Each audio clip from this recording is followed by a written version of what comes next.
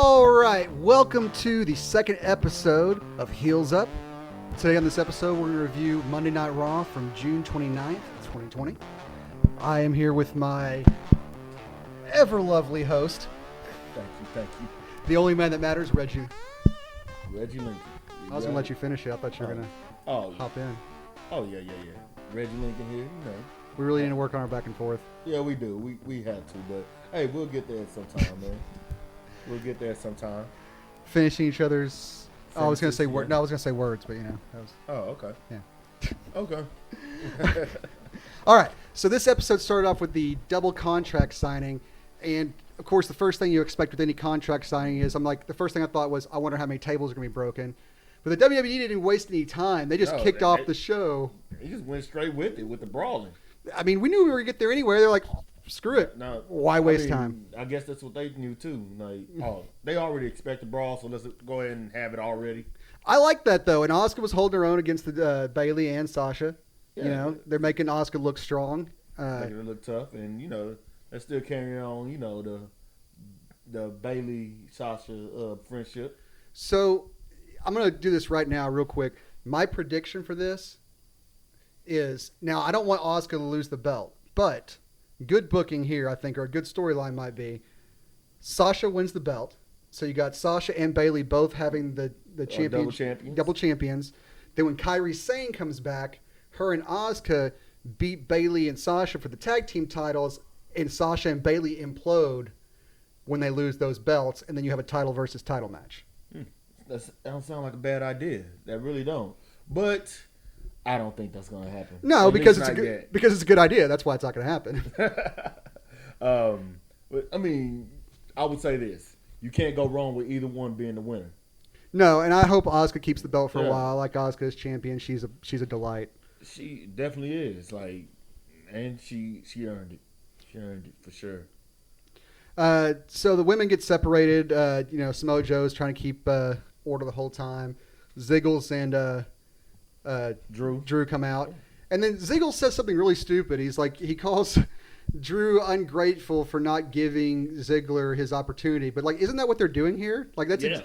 He came out and asked for it. And the first time he asked for it, he got it, and now they're signing it. It's like, what did Drew not give you? That's the stupidest line. He's ungrateful and didn't give me my shot. He's giving you your shot. That's what you're doing here. Yeah, Drew, he's supposed to be entitled now. Dolph's an idiot. It'll be a good story. Well, it's the writing, but it'll definitely be a good story. With Dolph with Dolph playing the character he's playing now, he always it shows that Dolph always has a connection to something, and they're gonna bring that up. Well, that's because they stick him in everything because he's been around forever, Yeah. So he's got connection to everybody in some way. So Drew delivers his terrifying lines to Ziggles. Ziggles tries to come back. Asuka interrupts him with, her those promos are intimidating. When she speaks Japanese, when she yells at you in Japanese, yes. I used to take Iaido, which is learning how to draw the Japanese swords and things like that. And our instructors were from Japan and they didn't really speak English. And so they'd be yelling at you in Japanese while waving these $10,000 katanas at your head and everything. And I kind of get PTSD every time she starts screaming about that. It's a little terrifying. I'm not going to lie. So, yeah. Yes, it's sexy at the same time. So not even lie. Is that what you secretly want? A small woman to dominate you? The show is not about my fetishes right now. Because I can introduce you to Michelle Rodriguez or something, if you want. Oh, really? No, not really, but Oh, okay. I like to pretend like I have connections. Well, thanks for getting my hopes up. All right, so again, the whole thing kind of ends in a scrum. Sasha and Bayley and Asuka get into it. Ziggles tries a super kick. Drew catches it again, showing a smart face as he is every week, kind of catching people before they can strike him, which is again refreshing. He knows his opponent, and it makes him so much more fun to watch because you want to root for him because he's not an idiot. Almost gets the Claymore, but the heels bail out. And with the pose. Show interrupting Andrade and Angel Garza and Selena Vega and all that stuff. I do like he called her Smurfette. The show is great. Yeah. Because, Big Show is you can't help but see the comedy factor of him these days. Well, which I mean that's an amazing thing. Well, he's still funny and he's still terrifying. And like when he comes out later, he comes to the ring and he gets interrupted by those three. They're just delivering some basic heel stuff. Or you're not a legend and this, that, and the other. And he's still funny though. He's still calling her Smurf. He's like, I don't have time for this crap. Either get in here and get your butt whooped, or go away. Yeah, like, he's just kind of running circles around him in the mic, because he's kind of breaking standard form while they're keeping that heel format down. He's like, no, I don't have time for this crap, which was great. It's great. It's great. And then of course, the Ric Flair come out, because he's Ric Flair. He can do what he wants. And then, but when he tells Andrade and Angel to have some fun at the show's expense, I was like, that's a brutal line right there. And I kept expecting Randy all night long. I was very surprised we didn't get him. That was shocking. No Randy. But again, that kind of plays into the unexpectedness of Randy Orton. So you expect him to strike tonight, and he didn't. So again, he keeps us all his fans guessing. As much as I hate Randy Orton, fair play to him this time around. And I'm willing to bet WWE is going to find some way, somehow, to make us forget about that, and then that's when he strikes. Well, there's no way he's losing this rivalry. Let's face it. I mean, we all like Big Show, but Big Show just comes around to be scary for a few episodes, then lose.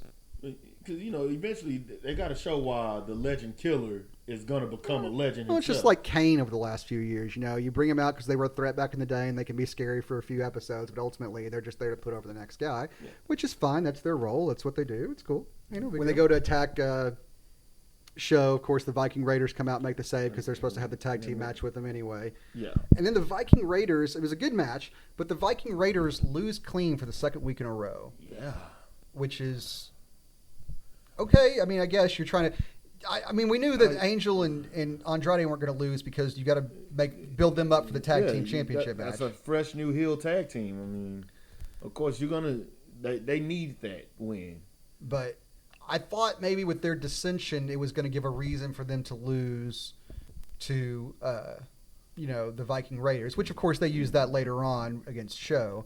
But I don't know, man. I don't think the Viking Raiders are buried, but it just seems like the tag team division, as far as the booking goes, is so like bipolar.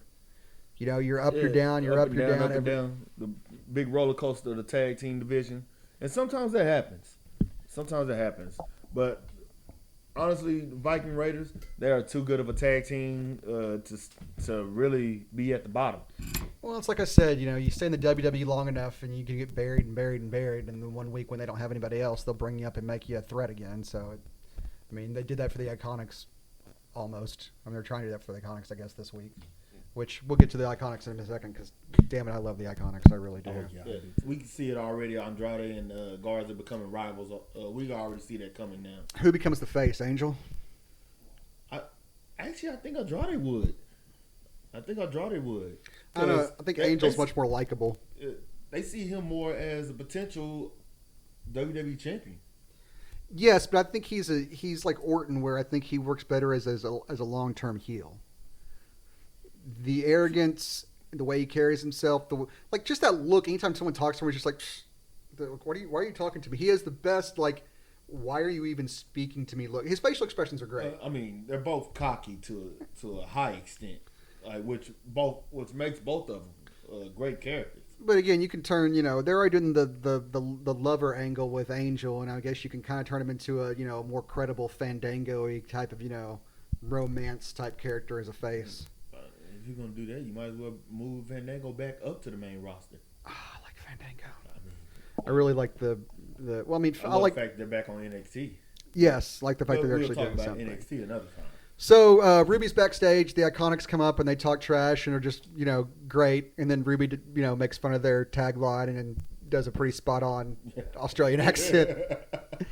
She gave as good as she got on that one. It was fun to watch. Awesome. Yeah, Ruby was great, man. She's awesome. Because the Iconics were my favorites on the mic, and their back and forth wasn't bad this time around. So they weren't, and Ruby's showing how talented she really is. But Billie Kay is still my favorite. Oh yeah, she is a delight on the microphone. And again, it goes back to the William Regal thing. I like a heel who can pull a good grimace and a good face and a good leer, a good sneer. I like the ones that get cartoony with their facial expressions. And the Iconics are definitely cartoony villains, and just they're like Mean Girls. They really are. It's pretty much like a extended version of La Cool. Like, I keep expecting to cut backstage and they're like picking on Lindsay Lohan or something. We come back from the commercial break. It's a 24/7 championship. R-Truth versus Akira Tozawa. Short match. Nothing much here, just some dancing around. And I mean, we kind of knew the result of that. Yeah, and we get it with the of course, the roll up. The manatees floating the ball to the roll up thing again. Yeah. Which we knew he was going to become the 37th time. Well, again, because it's not the championship is not a championship. It's R-Truth's consolation prize, and you just trade it off people every now and then so that he can win it back the next week. That's all it is. It's just this has to be a record for most title reigns with one title. We'll have to look it up versus the EC. Has it beaten the hardcore championship from back in the day? I believe it has. Let me double check though. Please do. R-Truth held that too. Again, that's our producer, Caden. Thank you, Caden. Back, and Seth is out there asking for forgiveness for what he's about to do to Ray, which is okay. More pointless heel talk that really doesn't go much anywhere. Of course, Ray's interrupts him with Dominic, and asks Dominic to forgive him for what he's going to do. Again, it's just filler, pointless back and forth, and nothing was said here. It was like a Ronald Reagan speech, He talks for hours and nothing is said. And then it leads to a match with... well, win one for the Gipper. That's my Ronald Reagan. Oh, okay. It's not very good. But it did lead to a tag match with Humberto Carrillo and Aleister Black. Yep, Humby and Allie. Please don't beat me up, either one of you guys. Aleister Black's going to put some witch curse on me or something. I don't know. I mean, I don't think he's the guy you'd want to piss off. No, he's definitely someone who's probably sacrificed a chicken or two in a graveyard. Allegedly. I do have your answer for the hardcore title reign. Okay. As of June 30th, today, would have been 99 recognized reigns between 36 different people for the 24/7 title, with R-Truth at 37.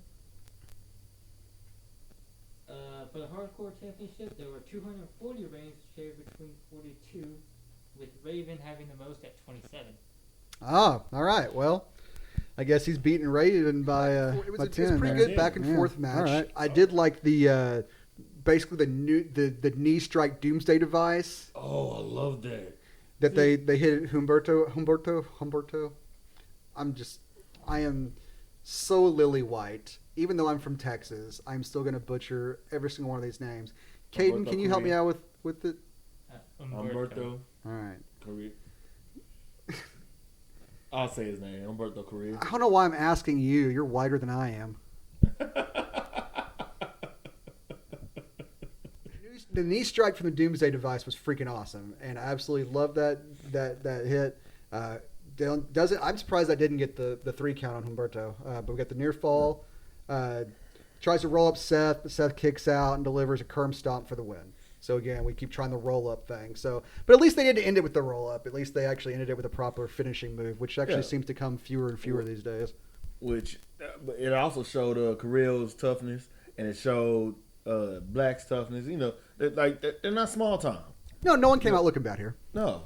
They're not small time whatsoever. Those two have a great future. Working over Aleister and Humberto after the match, of course. Yeah. They're going to try and blind Humberto, but he fights back. Then he gets thrown to the stairs. It's just back and forth at the match. Eventually, Aleister makes the save, and they beat him down a little bit. Beat it out a little bit more. Seth hits another curb stomp on Carrillo. He put Ray's mask on. Yeah, he put the mask on him, and he hits one more curb stomp, just to... And then books it on the stairs. Then books it, just to kind of put an exclamation point on the whole situation. I mean, it keeps it going. It wasn't a bad spot. Anytime they try and blind one of the guys, especially the imagery of putting Ray's mask on there, making him just basically the stand-in for another mutilation. I mean, it's all right. It's all right storytelling. It's engaging enough to carry it on to the next week. I wouldn't say that it was the most entertaining thing on the show, but it was. It's something. It gives us something to look forward to. Yeah, and the more dastardly and the more vicious these guys make, the more you hate them. So I mean, it's all right. It's okay. Yeah. It's okay. All right. So after that, we cut to Drew and Asuka backstage talking up the mixed tag with Sasha and Dolph later on. Drew says that something we forgot to cover earlier because apparently we're terrible at our jobs.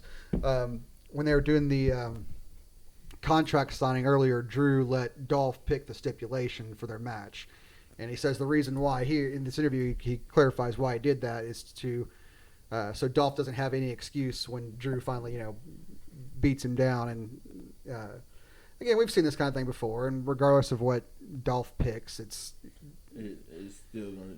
Well, they needed this because Dolph is an incredible threat, so you could let him pick the stipulation and something that's going to put Drew at some horrible, horrible odds, like a one-way DQ, no DQ match where Drew can't do anything, but Dolph can, and he can use chairs and stuff, or a 3-on-1 handicap where no matter who pins Drew, Dolph gets the belt, just whatever. There's all sorts of creative crap you can do with it, but it's a way to put Drew in peril because no one's buying Dolph as the champ, or as Dolph is a credible threat, I should say.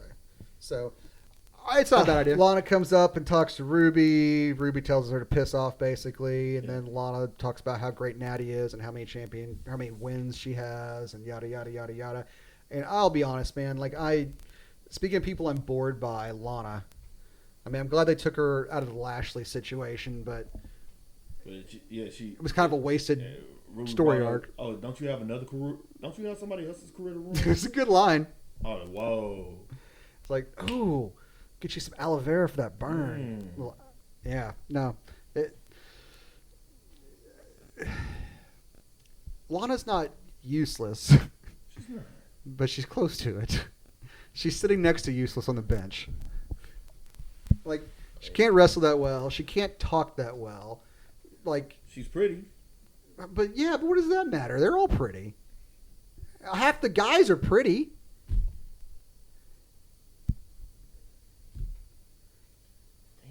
There's one of them who's even called Prince Pretty. Yeah. I mean, I'm sorry. This is not the Attitude Era. This is not the Divas Championship era. If you're going to come to the WWE and you can't wrestle, you better be a damn good manager. And she's not. Honestly. The Ravishing Russian bit with Rusev was good because she was shrill and would yell in a foreign accent, and we all love xenophobia in the WWE for some reason. But... now with her just walking around going, Natty's so great. Who cares? And on top of that, a lot of us love the Rocky movie series, and that's what that reminded us of. If you want to be reminded of that again, go get me some Jazzy Gabbert. Have her come in and be the female Dolph Lundgren. And just whip up on all the female division until some scrappy, Asuka or someone fights back or whatever. Or it can't be Asuka if we're going to play with the xenophobia. You got to find some scrappy young America. Yeah. America. Shotzi? Who? What? Shotzi Blackheart? So we got a show interview backstage. We cut to interview. We come back and it's going to be a show and his handicap match versus Andrade and Angel, their second match of the night. Andrade and Angel kind of argue over who's going to start the match and act like they're going to get in together. And Andrade fakes out Angel and sends him there by himself to get basically his chest reddened for the first 5 minutes of the match. Yeah, Big Show handled business in that. Woof. He handled business. God bless Angel for taking those chops, man. His chest looked like Daniel Bryan's, man. That's like getting hit with a frying pan to the chest. No, thank you. Again, I bruise like a peach. I'm very sensitive. I don't think I can handle that. Yeah, I took quite a few chops, actually. But again, it helps establish a little more of the growing dissension in the ranks. Andrade faking out Angel and putting him in that situation. Angel pretty much him and Selena walked off. Yeah, they get a little bit. They go back and forth. They get a little bit of when they finally get some offense in. Angel finally gets some offense in. Then Andrade tags himself in to take advantage of the situation. And Angel's like, "Fine, this is your moment," and tries to walk off, causing a little bit of distraction because they're arguing. Show hits the choke slam. Good night. Then of course he picks up Andrade and gives him that weapon of mass destruction. Does he still call it that? I think it's a little offensive now. The knockout punch, yeah. Not the WMD anymore. I guess that's... So, Yeah. I'll tell you what, man. I noticed in watching this match is Selena's face and her grimaces helped sell show's offense almost better than Andrade and Angel did. Like her on the sideline, just like, oh, it's like that. If you want to talk about talent, that's talent. She can do everything though. She's a great wrestler and she's a great manager and she's great on the microphone. She's like a great actress. Like Lana should just sit around and hang out with Selena for a couple of weeks and figure out one of those things. Just one of those things. Well, the microphone and the manager thing kind of go hand in hand. But just pick one, study it, and figure out how to do it because otherwise she's useless. I'm sorry. Come at me. Lana's useless. All right. So coming back from the commercial break, we got MVP with Lashley versus Apollo. And a little bit of foreshadowing, man. MVP comes out wearing the Punisher gear, and that's exactly what that night was. It was Lashley and MVP punishing people all night long. Appropriate gear. I'm telling you, MVP he will probably be one of those guys who never loses a step. I think that MVP, I don't know how he is backstage as far as that goes, but as far as an onstage that presence goes, MVP could be the next Paul Heyman. Like, the guy can talk. The guy knows how to tell a story in the ring. Like, he's enthralling. Mm-hmm. He's enthralling. Yes. I am engaged anytime MVP gets into that microphone. And I like the fact, the way he's playing the heel, the way he's like, I respect you, Apollo, and everything. Even when you badmouth me, no, it's cool. I respect you. You're going to learn. We're going to teach you. He's like this. I love it. Like, love he it. got that smooth talking, like style, like smooth talking gangster style, I might buy a car off MVP. The OG style of talking. The what? The OG gangster style of talking. Like, yeah, I know. Yeah, like, kind of like I know I'm being sold something, but I can't help but buy it anyway. Yeah, like oh, this might not be good for me, but take my money anyway. Yep. I don't mind being hustled because you're just so charismatic and likable. All right, so we got the Apollo Crews versus Lashley match, man. Or not Apollo Crews versus Lashley, Apollo versus MVP match, and I mean there was a little bit of distraction going on, but I'm surprised they gave the win to MVP. But I'm not surprised actually. Well, he's been coming out there losing so often, but I think it was good for the story. I think it fit for the story. I think it was appropriate because again, it was punishment night, and it was a good story. You really, I think they're doing a better job about making Lashley that killer threat that I always said he should have been. And MVP being the catalyst to that is a great story, and I just hope that they add more to their stable. MVP did have a good line before that match, though, where he said, I know you don't want me as manager, but you're really going to learn you don't want me as your enemy. It was a good line, and then he found out. That's so classy of MVP. Like classic MVP. Like, good he line. Will have those good lines to say. I'll tell you what else, man. Speaking of little bitty things that he does, when he missed that boot in the corner and he got his leg caught up, and he did like the old man, I'm too old to have my leg stretched like that, grabbing his hammy. I was like, that is perfect. He's playing the old man bit a little bit. The dude just does every little minute detail just perfectly, which is why I said he can be the next Paul Heyman. MVP does the attention to detail is superb.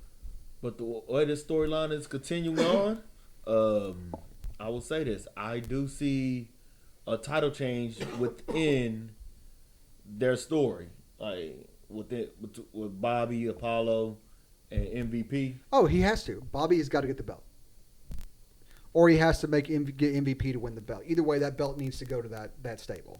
Yeah, like one of those two are going to get the belt, or eventually Apollo needs to break and join up with them. Which that don't seem like the route they want to go with Apollo, like because no, but once they take the belt off of him, then people aren't going to be as interested anymore unless he turns heel with them. Yeah, that's the swerve that'll keep people interested in Apollo.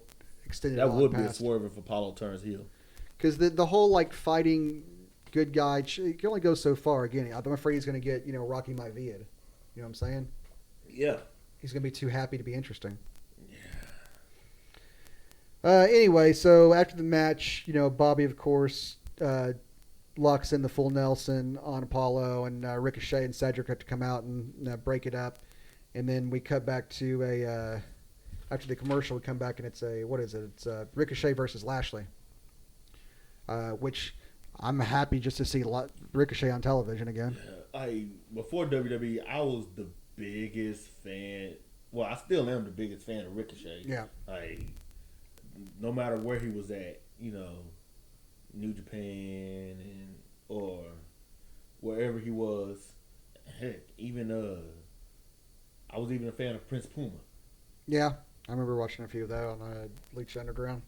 He's a good wrestler, man, and it's a shame that he's kind of getting just under mid card, tucked away, brought out whenever they just kind of need someone who's a good hand.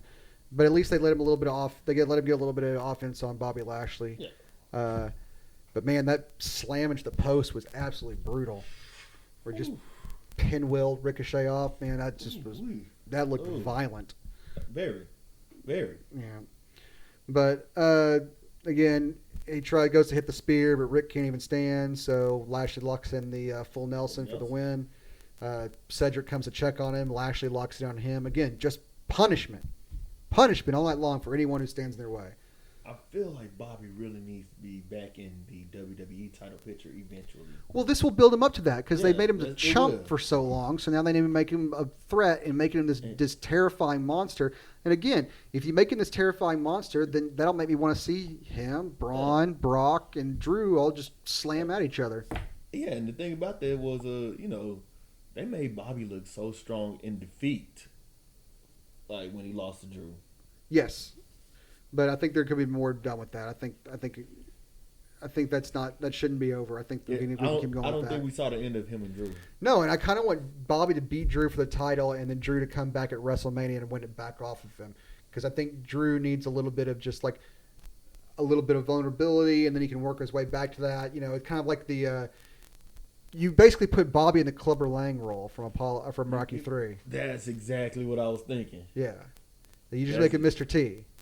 That's exactly what I was thinking. He beats Drew down in a match, and almost embarrasses him, and Drew comes back and fights his way back and then wins his championship back at WrestleMania, I'd buy it. I would. All right, so we come back from the commercial, and we're going to the main event, the mixed tag team match with Drew McIntyre and Asuka versus Ziggles and Sasha Banks. Drew is just dominating Ziggles anytime they're in the ring together, which, again, is another reason. It just points to what we know. That's that Ziggler's not a credible threat and that he needs this stipulation to make the match interesting. And this match confirmed that. The best moment of the night, though, was whenever Drew was beating Dolph in the corner and Sasha tags herself in. Dolph's on the apron, stunned, and Sasha's just yelling at Drew because he won't get out of the ring. And he just looks over. He just kind of looks over at Dolph, then looks back and just pops him one off. Just the no-look knockout while he's getting yelled at by Sasha Banks was absolutely beautiful. Best moment of the night. Oh, yeah. No, that's the thing about it. Drew's not just your average big guy. He's entertaining as well. He's just a badass. The dude's a badass. He really is, which he should be one. I want to watch Drew McIntyre in an 80s action movie now. Like like a Van Damme style, like post-apocalyptic. Like some young woman and man, come to him and it's like, we need to get this secret over to the rebellion over here to stop the evil warlord. And he's like sitting there just drinking all pissed off in a pub. And he's like, yeah, I'll take you over there, but it'll cost you. Just drunk as fuck. That's what I want to watch that movie. WWE films, if y'all do that, give this man the credit. I would watch that. I would watch the Jean-Claude Van Damme classic movie Cyborg. I would watch that remake starring Drew McIntyre. Just saying. So at the end of the match, Banks tries a couple of roll-ups and then gets in the Banks statement. Asuka escapes that and gets into the Asuka lock, which Banks rolls on top of her and gets her shoulders down for the kind of a stealing of the pin. Yeah. So it's basically some equivalency of the WWE roll-up finish, but it shows like, hey, we need Banks to be strong for the Banks is smart as well. Yeah, we got to show that going into their match. So the numbers game may get Asuka at Extreme Rules, but unless they're going into both the women having Sasha and Bayley having championships and their egos and rivalry just growing and growing and growing, I don't see a reason to take it off Asuka. She's a good champion. It's just who's she going to face after this. Sasha's gonna put up a good fight. Yeah. What I say. Extreme Rules is usually a good Extreme pay-per-view. Rules horror show. Is that referring to the writing? No, that's actually what they're calling it. Oh, okay. Extreme Rules, the horror show. We'll All right? get- Yeah. All right, guys. Well, that was Raw for this week. Yeah, it was. There was some good stuff in it. Wasn't bad. Big Show's always a delight to see. Glad to see him there. I was always glad to see the Iconics. We kind of skipped over their match, but Peyton Royce getting a victory was kind of That cool. was awesome. But it also helps build the Ruby, thing. They're bringing the Riot Squad back. Yeah, them both kind of losing and then getting back together, and then they can face off against the Iconics when they finally pair back up. And they're going to build the Riot Squad to be the women's tag team champions. I see that in the future. Yeah, but again, we need more women's tag teams anyway to make Yes, to we fill do. out that Which I honestly thought the Riot Squad should have been the first ever tag team champions. that whatever. Yeah. All right, guys. Thank you so much for joining us again this week on episode 2 of Heels Up. We will see you this Saturday for our SmackDown review and news and notes. Oh wait, we didn't think of our sign off yet, did we? No, we haven't. We've been lax on that. Let's try. Epstein didn't kill himself.